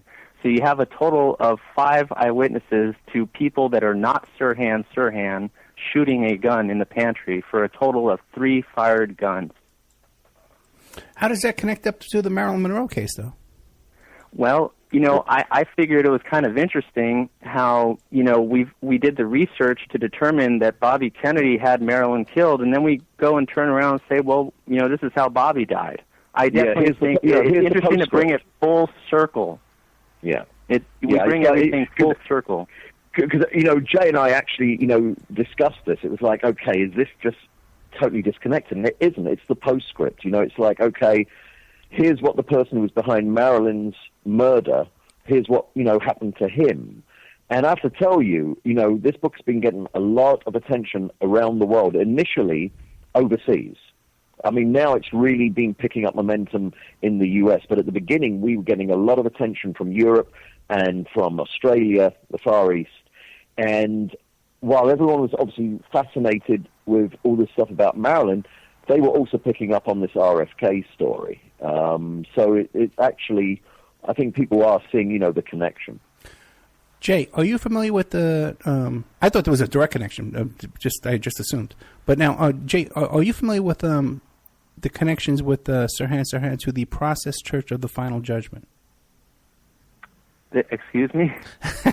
That Sirhan attended orgies and sex parties with these. I mean, none of that can be validated. I've no. seen that in any of my research. I'm going to send you an INS investigative document, a police report from the Immigration National Relations Service that Sirhan attended parties with the Process Church of the Final Judgment. It's a satanic cult.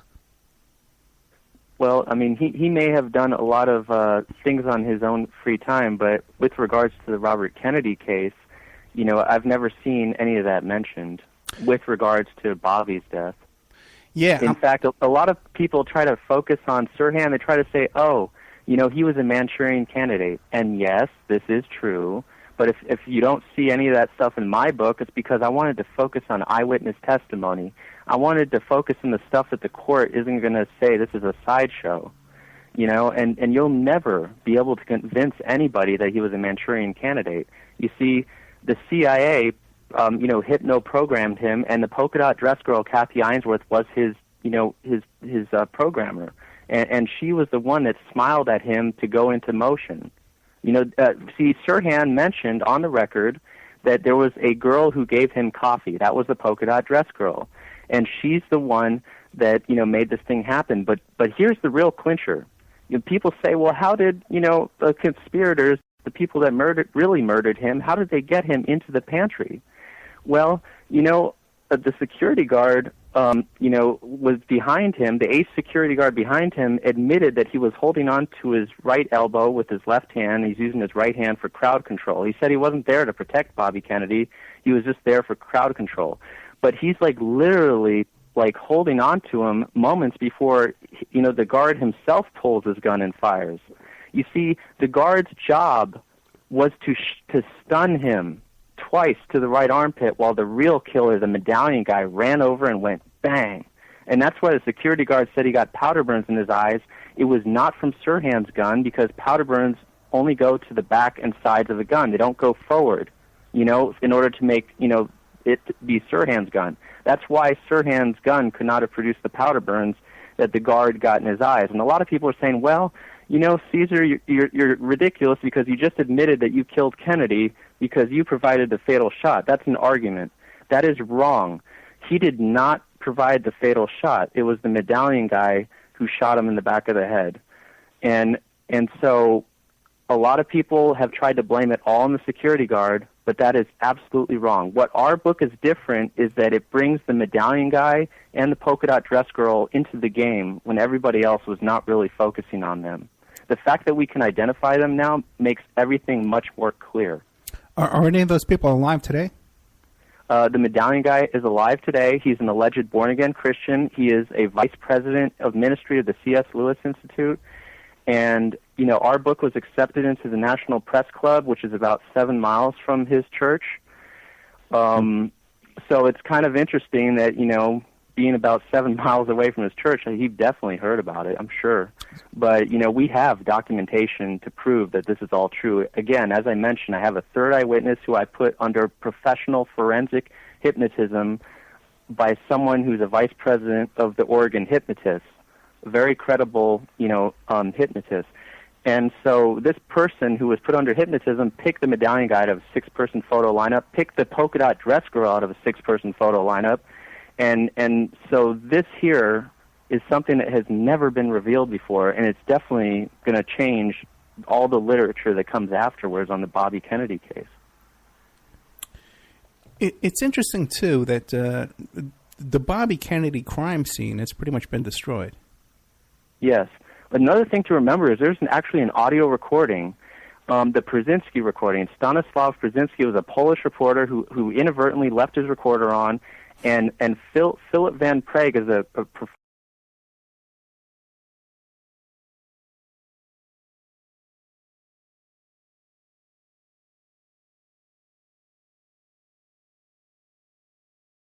eight for Sirhan, that's 3 for the security guard, because the security guard missed one time. One of the bullets went right harmlessly through Kennedy's suit coat, as documented, and the other 2 went in his right armpit. So that's 3 for the guard, and then there's 2 for the medallion guy. One of his shots went into the ceiling, and then the other shot went into Kennedy's head. So that's a total of 13. What about Rosie Greer? Have you interviewed him? What does he say about all this? I have not interviewed him, but as to my understanding, he's got a church himself. Yeah. And in fact, it's rather close to me, so I do have him on the list. Yeah, me too. I am going to interview him. Yeah, I'm trying to get a hold of them too. Yeah, they don't seem to get back. And it's interesting too that again, like they destroyed the crime scene for RFK. Many of the crime scene, the crime scene photos for Marilyn, and even some of her organs at the autopsy are all gone now. Yes, that is correct. And in fact, John Miner, who oversaw the autopsy with Dr. Thomas Noguchi, John Miner was the deputy district attorney at the time of Los Angeles County, and he said that he was called on a Sunday, and then all the organs were gone. He said it wouldn't have happened until the following day had it been any other case. I mean, he just said that this is just something that just does not happen unless there's some kind of political influence going on here. He suspected that Coroner Curfey chose to be very political when he said, quote, Coroner Curfey, who was the coroner, he had to make a public statement on August 18th, 1962, and he made a statement. He says, it is our opinion that it is a probable suicide. And I interviewed Alan Abbott, who was the funeral director, and he was also the pallbearer to Marilyn's funeral, and he said that Coroner Curfey was just coming up with some kind of political solution. This was just bogus. So he knew that there was something wrong with Noguchi, because Noguchi, he said, kept changing his mind about what he claimed were the circumstances.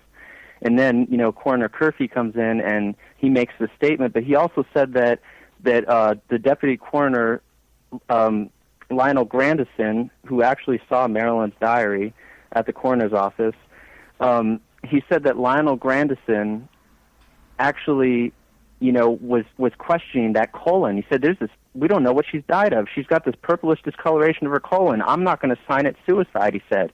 So Coroner Curfey says, I'm going to threaten you with your job if you don't sign that thing. And so Curfey finally says, well, can you put probable suicide on there?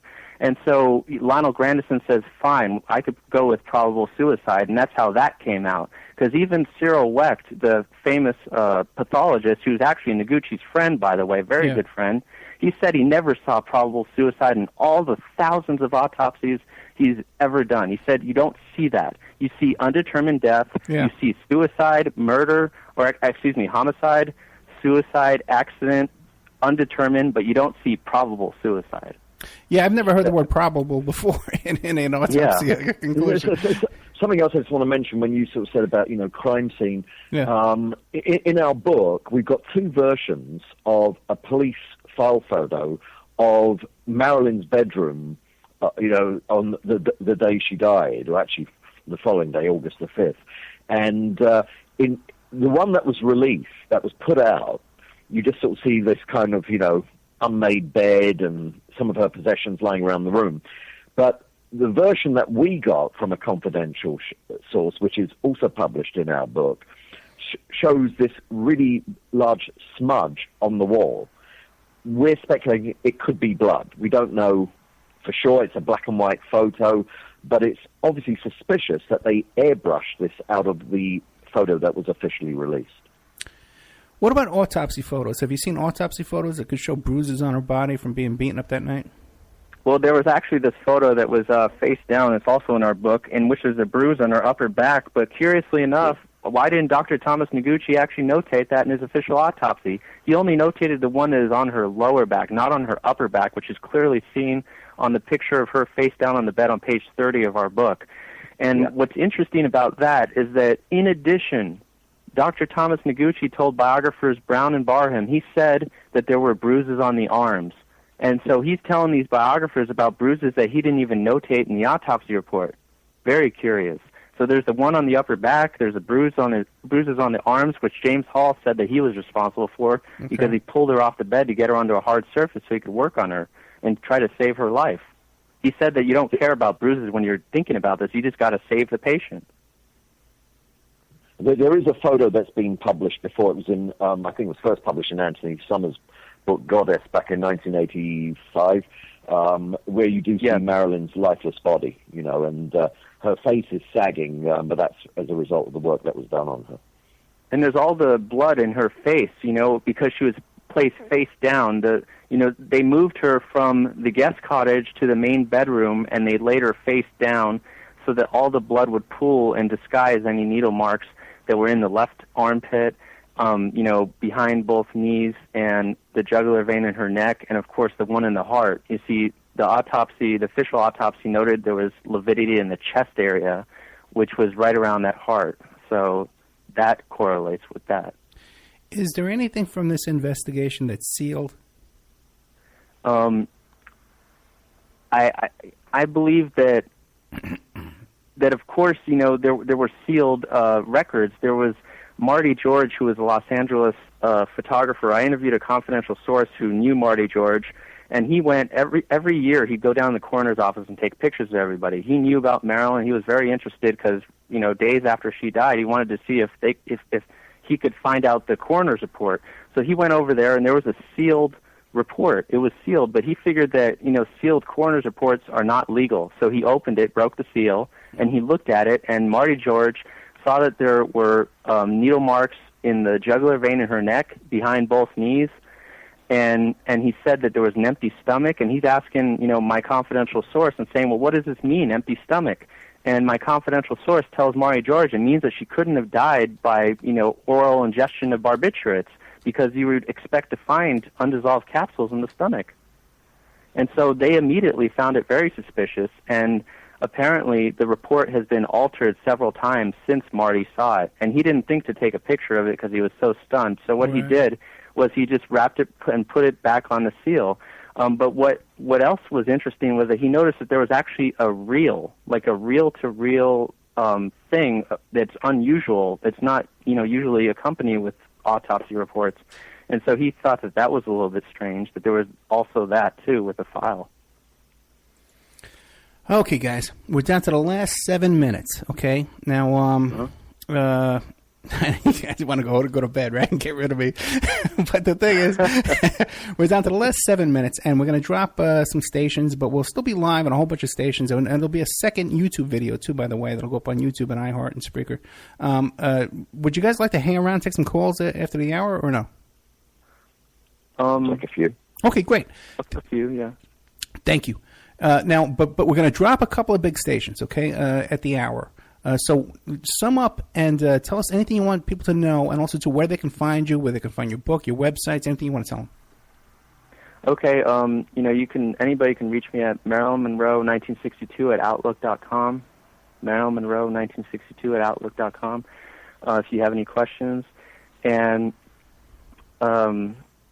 this book is on Amazon. It's been translated into French, into Italian, and soon to be translated into Russian. I'm Richard Buskin. You can find me. My website is www.richardbuskin. That's Buskin. richardbuskin.com. And as Jay said, it's actually all the time we're getting more and more translated versions of this publication as interest is spreading around the world. Now, Jay, you don't have a website? Not as of yet. But now you work on a lot of different investigations, right? Well, the two major ones I've worked on are the one on Marilyn Monroe and Bobby Kennedy's death, and I plan on doing more in the future. But since that's not published material, I can't especially talk about it. Okay, well, you don't have to go into detail. But what other kind of cases are you working on? Well, I'm curious about the John Benet Ramsey case. I think that's very suspicious. I don't want to tell you what my opinion is or anything, because the fact that there are certain members of that household who are very litigation happy. I don't want to mention anything. Tell me about it. Yeah. But it is a very suspicious case. I do not believe an intruder came in there and killed John Benet. I think that's ridiculous. So I could tell you that. Okay, so then any other cases you're working on too? You don't have to go into detail.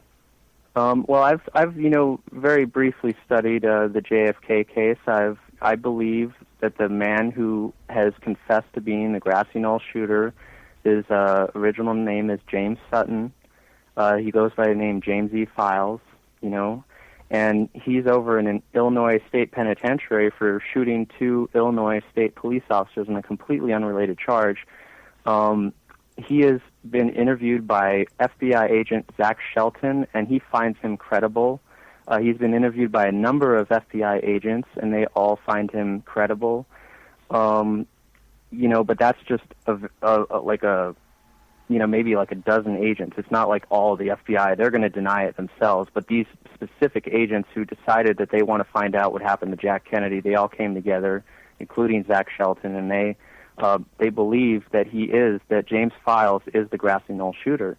And he said that if he had shot, James Files said that if he had shot 1 second later, he would have hit Jackie. That's what he said. He said that it's a good thing that he fired at the time that he did, because it would have been too late, because he did not want to hit Jackie. Interesting. Now, Rich, what other kind of books have you written, Rich, you want to tell people about? Well, as I said, I've done over 30 books. I've done books on the Beatles, on Elvis Presley, Sheryl Crow. I did the autobiography of Phyllis Diller, comic, a book called Like a Lampshade in a Whorehouse.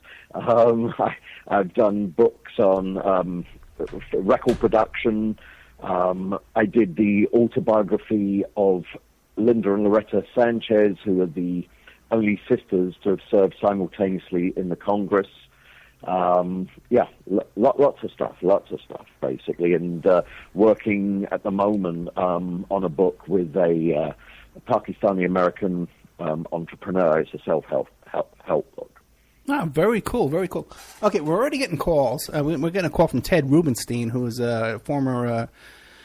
he was a researcher with Mae Brussels, and also too with Dave Emery. And in fact, he lived with Dave Emery. He's a real interesting guy. But we'll take his call after in the new section here after the hour. You know what, he's calling in now. Let's bring him in.